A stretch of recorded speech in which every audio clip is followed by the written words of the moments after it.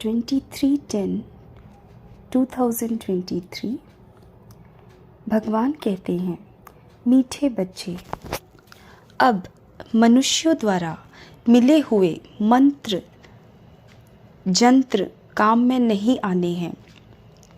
इसलिए तुम सबसे अपना बुद्धि योग तोड़ एक बाप को याद करो। प्रश्न है,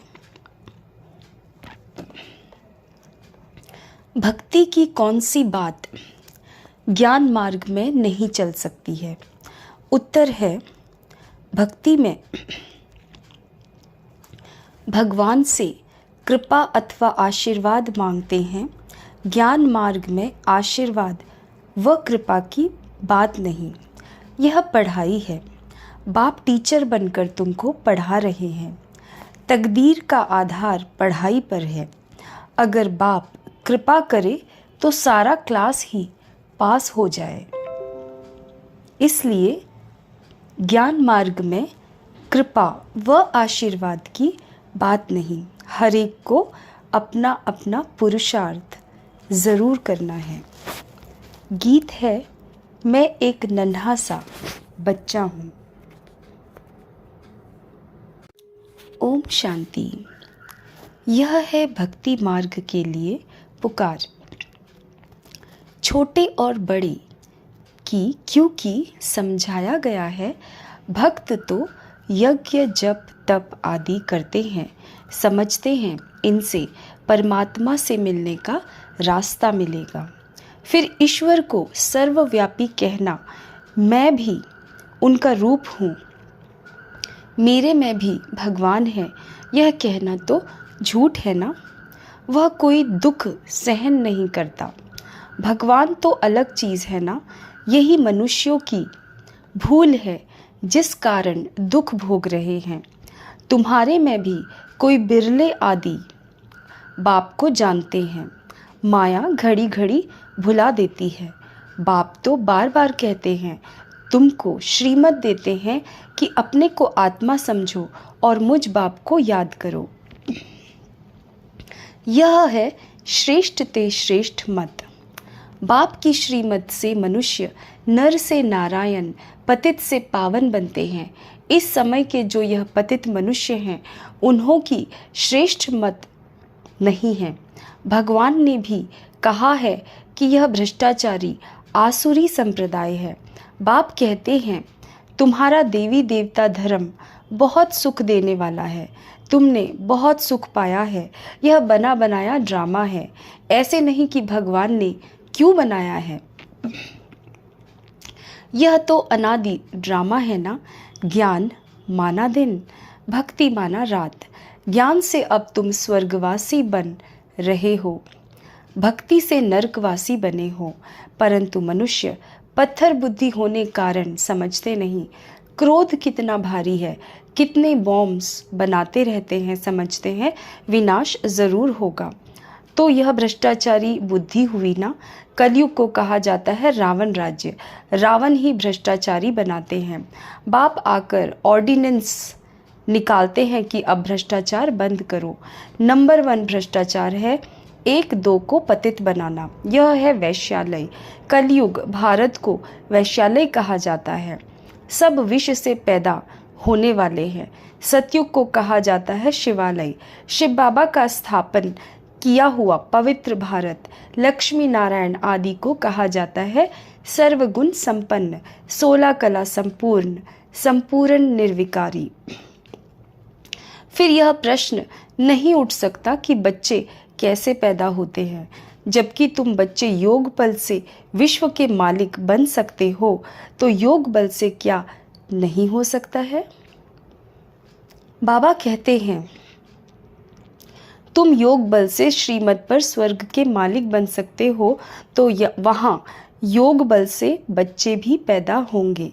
बाहुबल से सारी सृष्टि पर राज्य नहीं कर सकते। उन्हों का है बाहुबल, तुम्हारा है योग बल।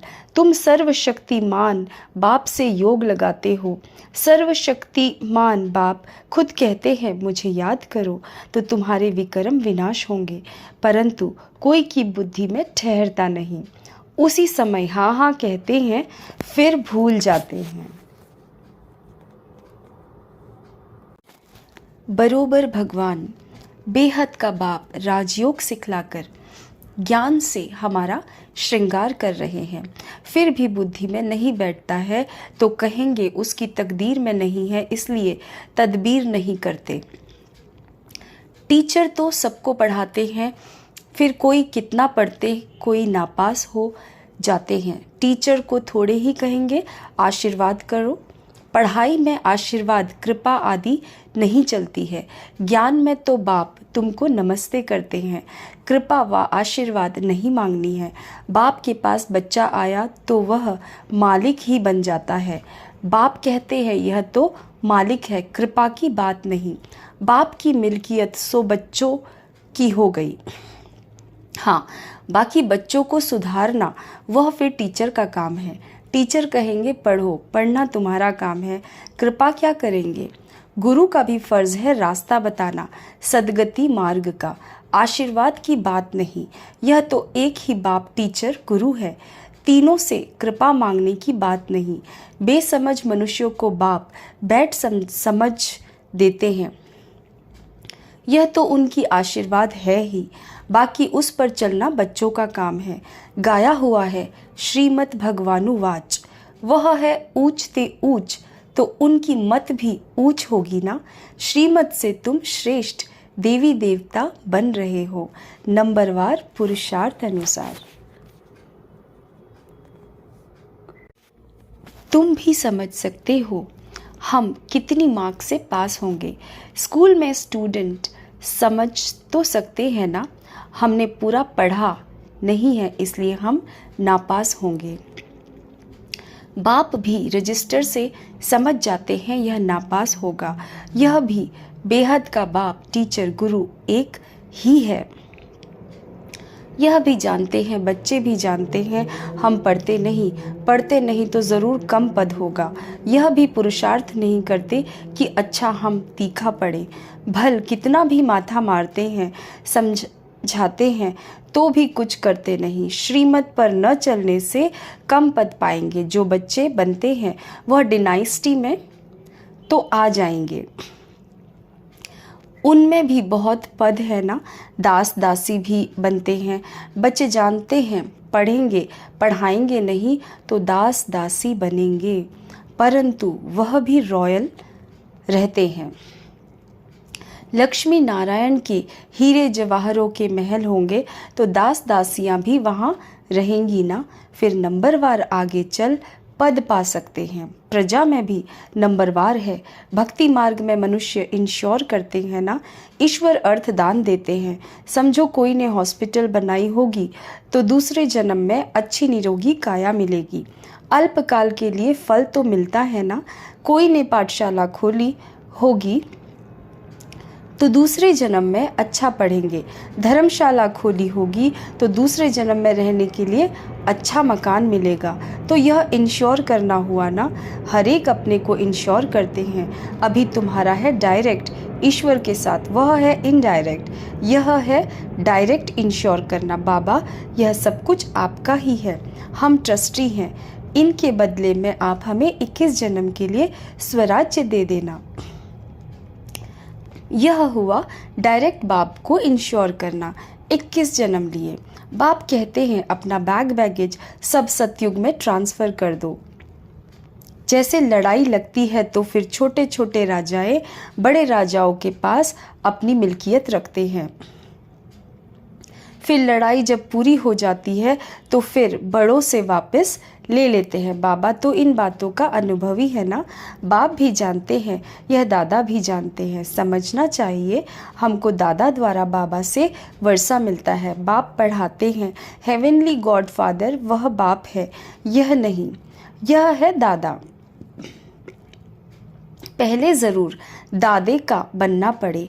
बाबा हम आपके हैं, आपसे हम वर्षा लेंगे और सब तरफ से बुद्धि योग तोड़ना, इसमें मेहनत है। बाप कहते हैं अभी और गुरु आदि के मंत्र कोई भी काम में नहीं आएंगे। कोई भी मनुष्य मात्र का मंत्र अभी काम नहीं आएगा। मैं तुमको कहता हूँ मुझे याद करो तो तुम्हारी विजय है। तुम्हारे सिर पर पापों का बोझा बहुत है। अब मुझे याद करो तो विक्रम विनाश होंगे। फिर तुमको स्वर्ग में भेज दूंगा। पहले तो यह निश्चय चाहिए ना। निश्चय नहीं है तो बाबा बुद्धि का ताला भी नहीं खोलता, धारणा नहीं होती। बाप का बने तो वर्षे का भी हकदार बने, बुद्धि में बैठता नहीं है। कोई कोई नए भी पुरानों से तीखे चले जाते हैं। बाप तो अच्छी रीति समझाते हैं, जितना जो पढ़ेंगे उतनी कमाई है। यह God fatherly knowledge source of income है। तुम विश्व का मालिक बनते हो नॉलेज से। मनुष्य में यह ज्ञान थोड़ी ही है।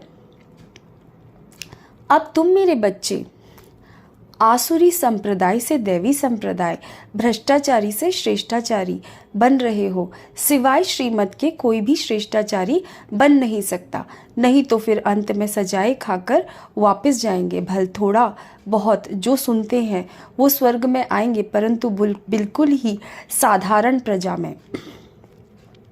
मर्तबे तो नंबरवार होते हैं ना। वहाँ ऐसे गरीब नहीं होंगे जो किसको रोटी नहीं मिले। यहाँ जैसे गरीब वहाँ नहीं होते। सुख सबको रहता है, परंतु ऐसे नहीं समझना है अच्छा प्रजा तो प्रजा ही सही। यह तो कमज़ोरी हुई ना। पहले तो पक्का निश्चय चाहिए। यह निराकार भगवानुवाच है। भगवान कहते हैं मुझे मनुष्य चोला तो नहीं है, मेरा नाम है शिव। बाकी जो भी देवताएं या मनुष्य हैं सबके शरीर पर नाम है, मेरा नाम शरीर पर नहीं है। मुझे अपना शरीर ही नहीं है। शरीरधारी को भगवान नहीं कहा जाता, मनुष्य कहा जाता है। मनुष्य को भगवान मानने से ही भारतवासी बेसमझ बन गए हैं। नहीं तो भारतवासी बहुत सयाने थे। पहले भारत में कपड़ा आदि बहुत रिफाइन अच्छा बनता था। अभी तो वह चीज़ बन नहीं सकती। तो स्वर्ग में साइंस भी सुख के लिए होती है। यहाँ तो साइंस सुख दुख दोनों के लिए है। अल्पकाल का सुख मिलता है, दुख तो अपार है।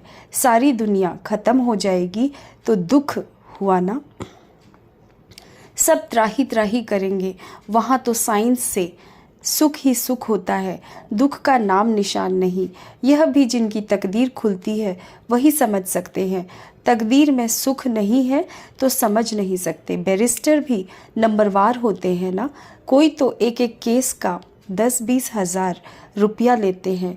कोई बैरिस्टर को देखो तो कोट भी पहनने के लिए नहीं होगा। यहाँ भी ऐसे है ना। या तो राजाओं का राजा बनते या तो पाई पैसे की प्रजा बनते हैं। तो बाप बैठ बच्चों को समझाते हैं भारत ही इस समय सबसे गरीब है। भारत ही फिर साहूकार बनता है। दान हमेशा गरीबों को दिया जाता है। धनवान इतना उठा नहीं सकते। गरीब साधारण ही यह ज्ञान उठाएंगे। साहूकारों को दान देना यह लॉ नहीं है। तुम गरीब हो ना, तुम्हारी मम्मा सबसे गरीब, वह फिर विश्व की महारानी बनती है। ड्रामा ही ऐसा बना हुआ है। गरीब जास्ती उठाते हैं क्योंकि दुखी है ना। साहूकार तो बहुत सुखी हैं। वह तो कहते हैं हमको तो यहाँ ही स्वर्ग है, मोटर गाड़ियाँ पैसा आदि है। जिनको पैसा नहीं है नर्क में है, उनको आप ज्ञान दो, ऐसे भी कहते हैं। तुम्हारी है अब गॉड फादरली सर्विस। तुम भारत के सच्चे सर्वेंट हो। वह सोशल वर्कर्स हैं जिस्मानी, मनुष्यों को थोड़ा सुख देते हैं। यह तो सारी सृष्टि को साफ कर पवित्र सुखी बना देते हैं। यह तन मन धन से भारत की सेवा कर रहे हैं। अच्छा मीठे मीठे सीखे लदे बच्चों प्रति माता पिता बाप दादा का याद प्यार और गुड मॉर्निंग। रूहानी बाप की रूहानी बच्चों को नमस्ते। धारणा के लिए मुख्य सार। नंबर 1, अपना पुराना बैगेज 21 जन्मों के लिए ट्रांसफ़र करना है। इंश्योर कर ट्रस्टी हो संभालना है। नंबर 2, निश्चय बुद्धि बन पढ़ाई करनी है।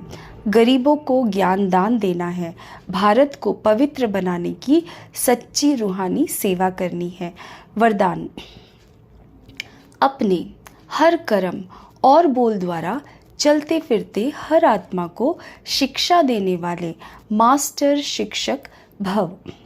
जैसे आजकल चलती फिरती लाइब्रेरी होती है, ऐसे आप भी चलते फिरते मास्टर शिक्षक हो। सदा अपने सामने स्टूडेंट देखो, अकेले नहीं हो, सदा स्टूडेंट के सामने हो, सदा स्टडी कर भी रहे हो और करा भी रहे हो।